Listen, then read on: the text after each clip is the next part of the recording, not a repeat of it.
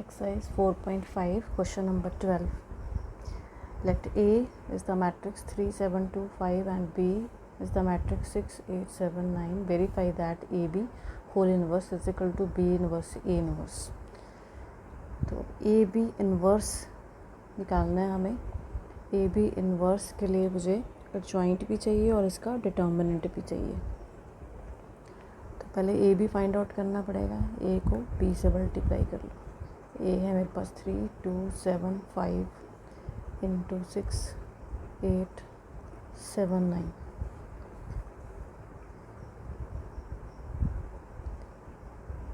which is equal to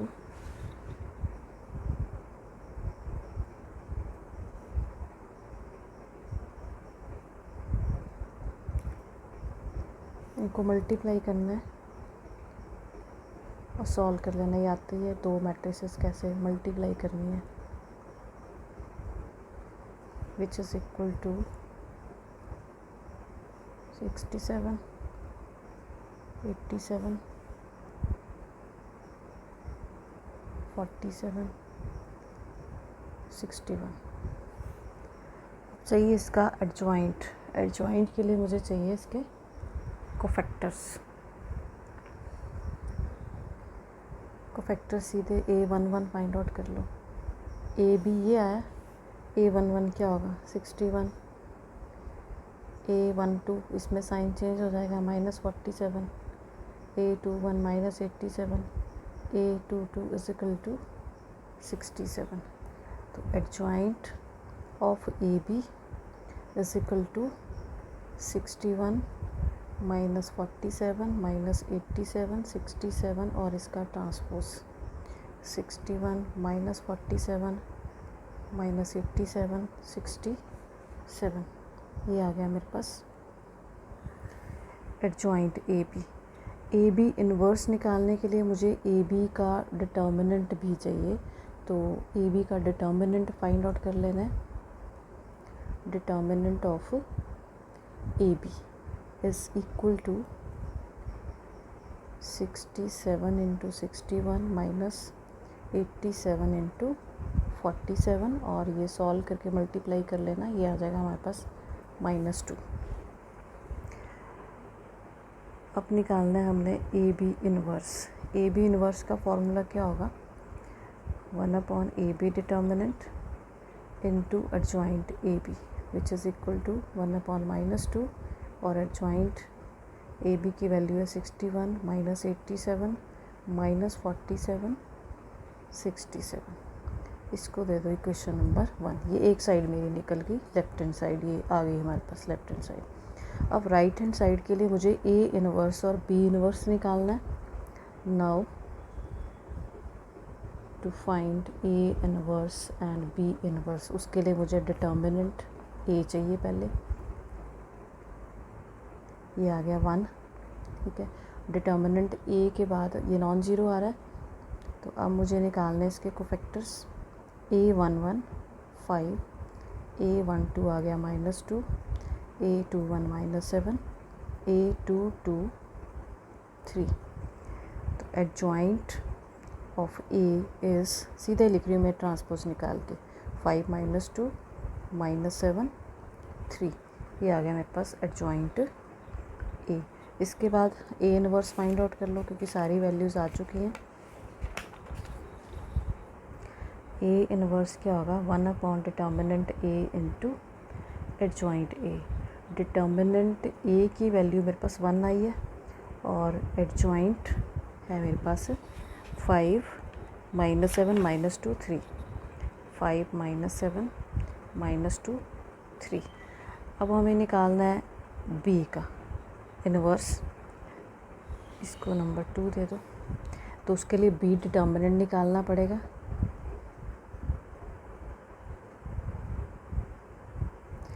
-63 ये आ गया मेरे पास 54.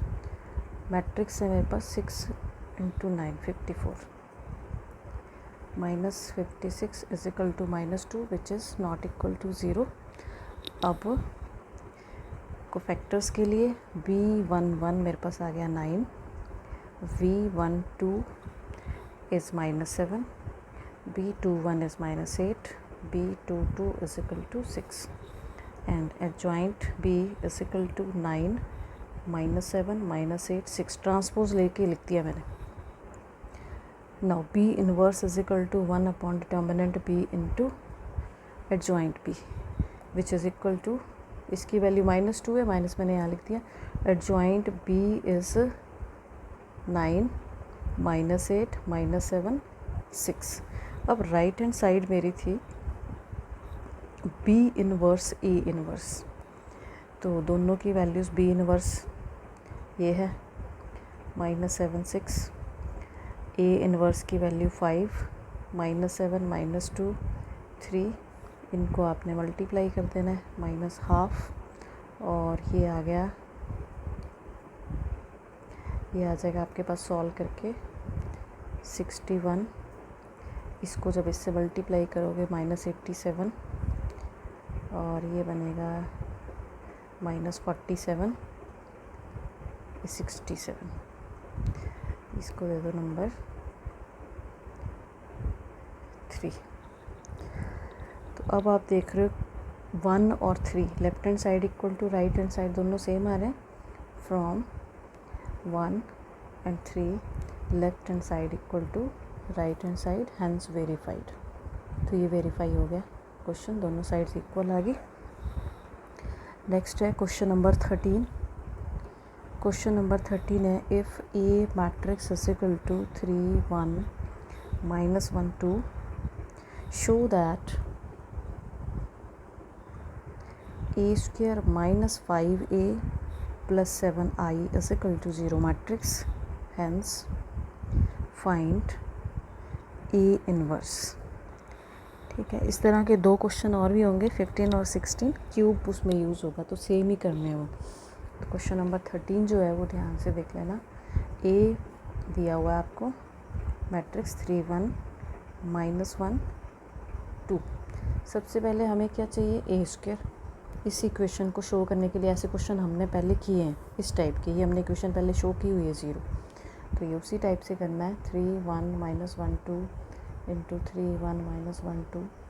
इनको मल्टीप्लाई कर दो, ये आ गया आपके पास 8, ये आ जाएगा 5, -5 एंड 3. ये आ गई A² की वैल्यू. अब जो लेफ्ट हैंड साइड है, जब क्यूब निकालना होगा नेक्स्ट क्वेश्चन में, तो A² इंटू A, वो आपको पता है, ये वो निकालना.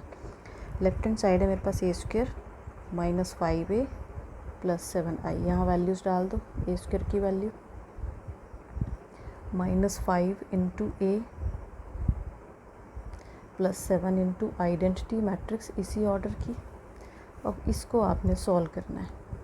ये 8 हो गया, -15 + 7, 0. ये आ गया आपके पास 5, -5, 0, और ये ऑलरेडी 0 ही है. -5 प्लस का 5, 0, क्योंकि वो 0 है. ये आ गया 3, -10 और 7, ये भी 0 हो गया. तो which is equal to 0 show हो गया. ये means A² -5A + 7I is equal to 0 matrix, ये शो होगी.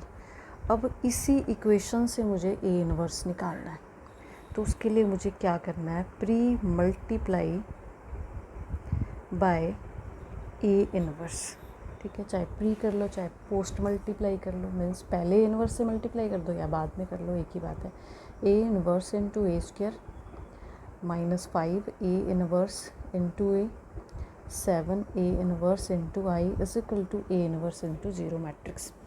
सभी को मैंने यहाँ पे A इनवर्स से मल्टीप्लाई कर दिया. अब हमें पता है A इनवर्स इंटू A जो है आइडेंटिटी होता है, चाहे इनवर्स इंटू A कर लो या A इंटू A इनवर्स कर लो, वो आइडेंटिटी होगा. तो यहाँ से एक A मैंने इसके साथ लगा दिया, ये मेरा आइडेंटिटी हो गया. A inverse into I A inverse होगा, और ये 0 से मल्टीप्लाई करके 0 मैट्रिक्स बन गई. ये बन गया IA -5I + 7A इनवर्स. इस I को मल्टीप्लाई करके 5 नहीं लिख देना है, क्योंकि ये मैट्रिक्स है. जब 5 से मल्टीप्लाई करोगे ये 5, 0, 0, 5 बनेगा, 5 नहीं बनेगा. ठीक है। यहाँ पे मैंने कर दिया था आई से, क्योंकि ये भी मैट्रिक्स है, ये भी मैट्रिक्स है। जब हम दोनों को मल्टीप्लाई कर रहे हैं तो वो एक मैट्रिक्स बन रही है, इसलिए यहाँ मैं मल्टीप्लाई करके इसको लिख सकती हूँ। इसको भी मैं ए लिख सकती हूँ, -5i + 7a inverse equal to 0। अब मुझे ए इनवर्स तो फाइंड आउट करना है, उसको मैंने इधर ही रहने दिया, बाकी टर्म्स हम उधर ले गए। 5 1 0 0 1 माइनस ए मैट्रिक्स थी मेरे पास 3 1 -1 2, इसको सॉल्व कर लो। 5 - 3 आ गया मेरे पास 2, ये 0 है, -1 0 + 1 5 -2 3। अब यहाँ था 7 ए इनवर्स, मुझे निकालना है ए इनवर्स। 7 को उधर ले जाओ, 1/7 2 -1 1 3, तो ये ए इनवर्स आ गया, ये आंसर आ गया। तो जब इक्वेशन दी होगी तो आपने ऐसे निकालना है ए इनवर्स, ठीक है। क्वेश्चन नंबर 15 और 16 जो है वो आप होमवर्क करोगे, 14 में करवा दूँगी। क्वेश्चन नंबर 14 है, for the matrix A 3 2 1 1 find the numbers A and B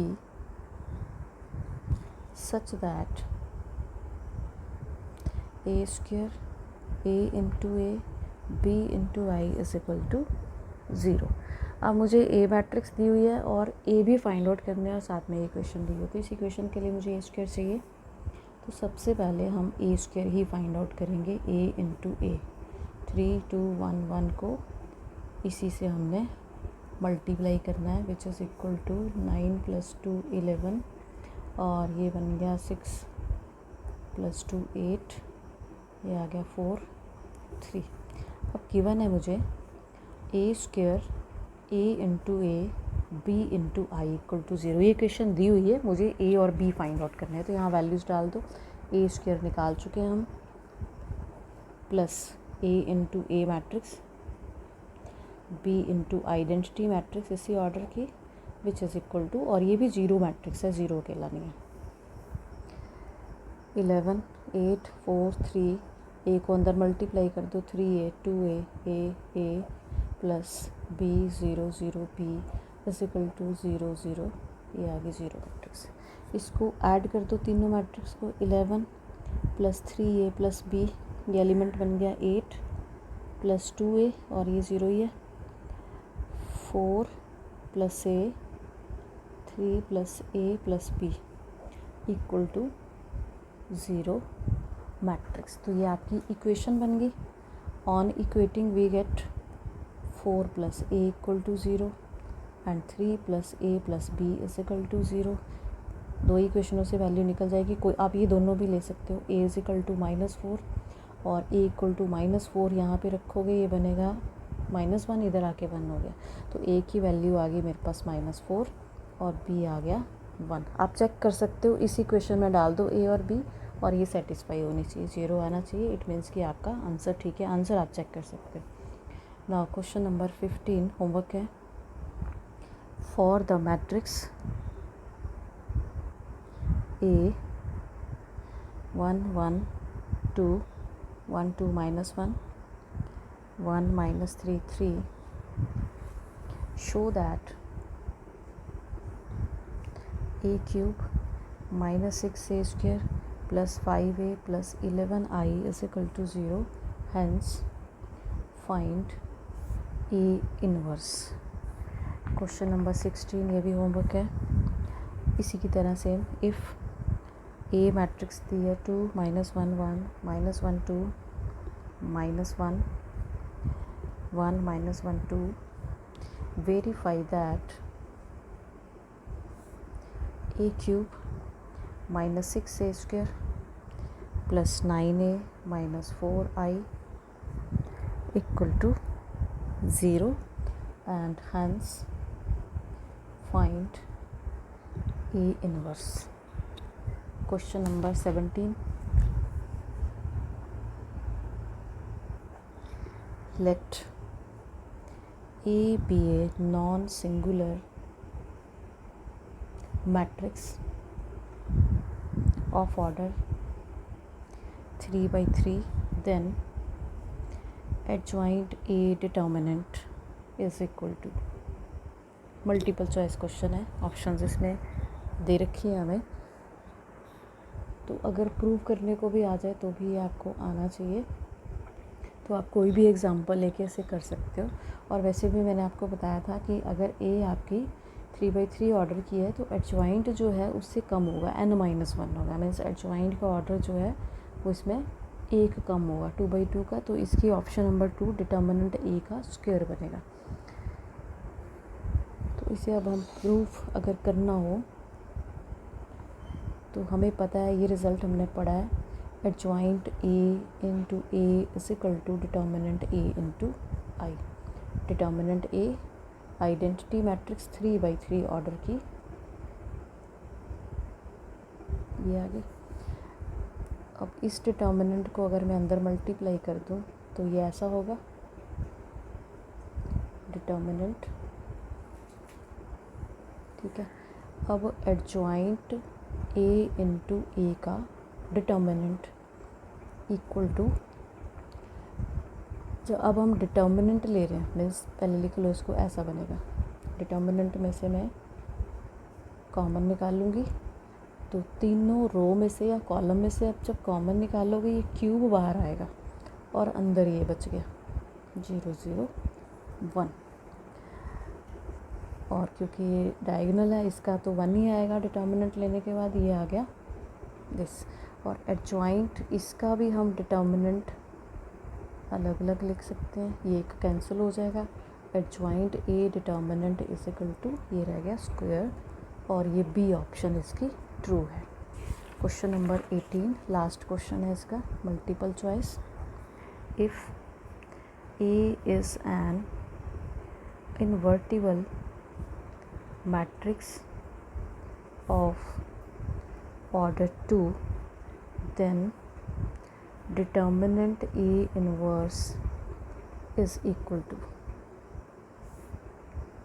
ठीक है, ऑप्शंस दी हुई हैं। तो अब A मुझे इन्वर्टिबल मैट्रिक्स दी हुई है, गिवन है A is an invertible matrix, it means कि इसका जो डिटर्मिनेंट है वो नॉन ज़ीरो होगा, एंड ये भी इन्वर्स का ही फॉर्मूला है, A into A inverse is equal to identity होगा। अब मैंने क्या किया, इस रिज़ल्ट के दोनों डिटर्मिनेंट ले लिया, डिटर्मिनेंट आई, डिटर्मिनेंट ए भी, इसको हम अलग अलग कर सकते हैं, मेरे पास प्रॉपर्टी है determinant A into determinant A inverse is equal to determinant I का डिटर्मिनेंट आई ही आएगा, determinant of I is equal to 1।